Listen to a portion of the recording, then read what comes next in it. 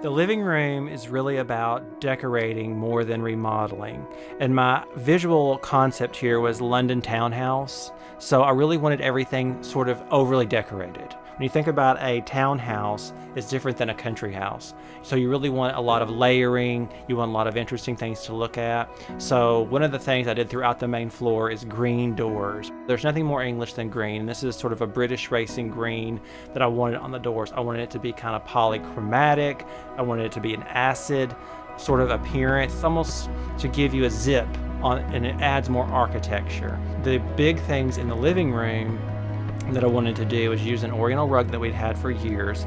It's a very large rug, it had a lot of colors, it had a lot of pattern. So when I knew I wanted to use it with a tooled leather screen that we've had in storage for many years, those two things would be very busy. So everything else I wanted to be quiet. So I did everything in solids in that room. So that room's all about decorating, not really remodeling. And that room then leads into our study, which is my wife's office.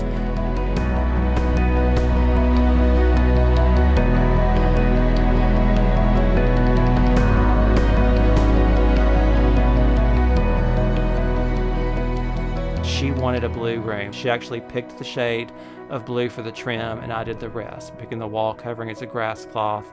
We did a cheetah print rug. I serged the border of the cheetah print rug in the same pale blue color of the cabinetry, which is a small detail that you really don't pick up on until you've been in the room a couple of times.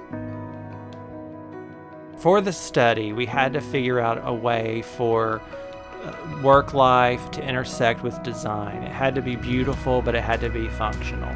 And so we really crammed as much functionality as we could into that space by adding a proper working desk for her, a visitor chair for me to sit and talk with her through things. We had to have a lot of furniture in that little room, so space planning was important. It's beautiful and functional.